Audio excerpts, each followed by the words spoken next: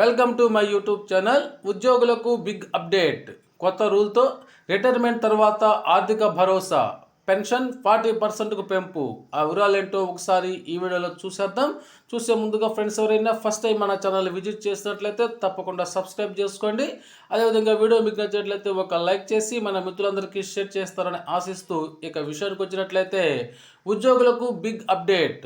NPS కొత్త rule, పెన్షన్లో 40% పెంపు. పాత పెన్షన్ విధానంలో తీసుకువచ్చిన జాతీయ పెన్షన్ వ్యవస్థలో కీలక మార్పులు చేయాలని కేంద్ర ప్రభుత్వం భావిస్తోంది. ఉద్యోగం చేస్తున్న ప్రతి ఉద్యోగి రిటైర్మెంట్ తర్వాత ఆర్థికంగా ఎలాంటి ఇబ్బంది లేకుండా జీవించాలని ముందుగానే కోరుకుంటుంటారు. అందుకు ముందు నుంచే వివిధ స్కీమ్స్లో డబ్బును ఇన్వెస్ట్మెంట్ చేస్తూ ఉంటారు.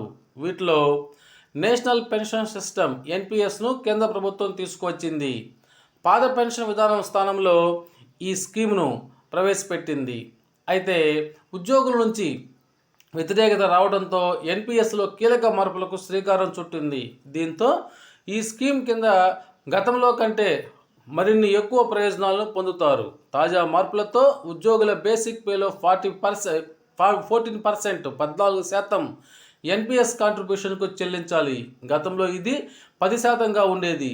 దీంతో చేతికి వచ్చే జీతం కాస్త తగ్గిన పెన్షన్ పరంగా మరింత ప్రయోజనకరంగా ఉంటుంది. ఉదాహరణకు ఓ ఉద్యోగికి 30 ఏళ్ల వయసులో బేసిక్ పే 35,000 రూపాయలు అనుకుందాం. ప్రతి నెల 14% చొప్పున నెలకు 4,900 రూపాయలని ఎన్పిఎస్కు జమ చేయాల్సి ఉంటుంది. ఇలా ఆ ఉద్యోగి 60 సంవత్సరాల వయసు వరకు, అంటే మొత్తం మీద 30 సంవత్సరాల పాటు, అనగా ఉద్యోగి యొక్క మొదటి ప్రారంభ వయసు 30 సంవత్సరాలు అనుకున్నాం కాబట్టి మరో 30 సంవత్సరాల సర్వీస్ పూర్తయ్యేంత వరకు, అనగా ఉద్యోగికి ఇప్పుడు 60 ఇయర్స్ వస్తుందన్నమాట.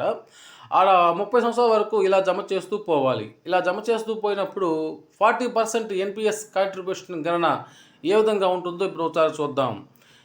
ఇంతకుముందు చెప్పినట్లుగానే ఖాతా తెరిచే వయసుకి, ఎన్పిఎస్ ఖాతా తెరిచే వయసుకి 30 సంవత్సరాల వయసు ఉంది. బేసిక్ పే 35,000 రూపాయలు అనుకున్నాం. వాళ్ళ యొక్క ప్రాథమిక బేసిక్ పేలో 14%, అనగా 4,900 రూపాయలు ప్రతి నెల ఎన్పిఎస్లో పెట్టుబడి పెడితే అంచనా వేసిన మొత్తం పెట్టుబడి ఆదాయము సంవత్సరానికి 10%.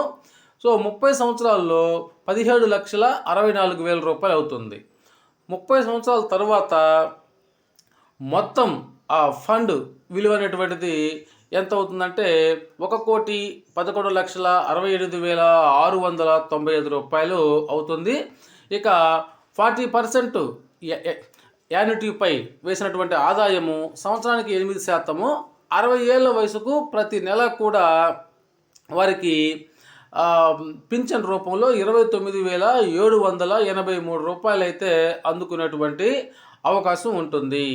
ఇక 10% ఎన్పిఎస్కు కాంట్రిబ్యూషన్ లెక్కలు చేసినట్లయితే ఇంతకట్లాగే ఎన్పిఎస్లో ఖాతా తెరిచేటువంటి వయసు 30 సంవత్సరాలు, బేసిక్ పే 40,000 రూపాయలు అనుకుంటే వాళ్ళ యొక్క ప్రాథమిక జీతంలో 10%, అంటే ఈసారి 4,000 అవుతుంది. ఇందాక 14% అంటే 4,900 అయింది. ఇప్పుడు 10% అంటే 4,000 అవుతుంది.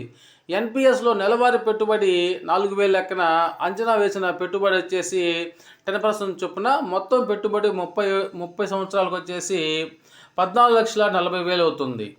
30 సంవత్సరాల తరువాత ఆ మొత్తం ఫండ్ విలువ 91,17,300 రూపాయలు అవుతుంది. ఇప్పుడు వార్షిక మొత్తము 40%, యాన్యుటీపై అంచనా వేసిన ఆదాయము సంవత్సరానికి 8% చొప్పున 60 ఏళ్ల వయసు తర్వాత ప్రతి నెల పెన్షన్ 24,313 రూపాయలు అందుతుంది. ఎన్పిఎస్లో ప్రవేశపెట్టిన కొత్త నిబంధన కనుక అమలు చేస్తే ఉద్యోగులకు రిటైర్మెంట్ తర్వాత అధిక పెన్షన్ వస్తుంది. అంటే పెన్షన్లో దాదాపు 40% పెరుగుదల ఉంటుంది. ఎన్పిఎస్లో 18 నుంచి 70 సంవత్సరాల మధ్య వయసు ఉన్నవారు ఎవరైనా అకౌంట్ ఓపెన్ చేసుకోవచ్చు. నేషనల్ పెన్షన్ సిస్టమ్ ఆదాయం ఇప్పటి వరకు 8% నుంచి 12% వరకు ఉంది. పదవి విరమణ తర్వాత లైఫ్ ఎలాంటి ఆర్థిక ఇబ్బందులు లేకుండా సాగిపోవాలంటే ఎన్పిఎస్ బెస్ట్ ఆప్షన్ అని నిపుణులు అయితే చెబుతున్నారు. ఓకే మిత్రులారా, ఇది ఈనాటి సమాచారం. మీకు నచ్చినట్లయితే ఒక లైక్ చేయండి.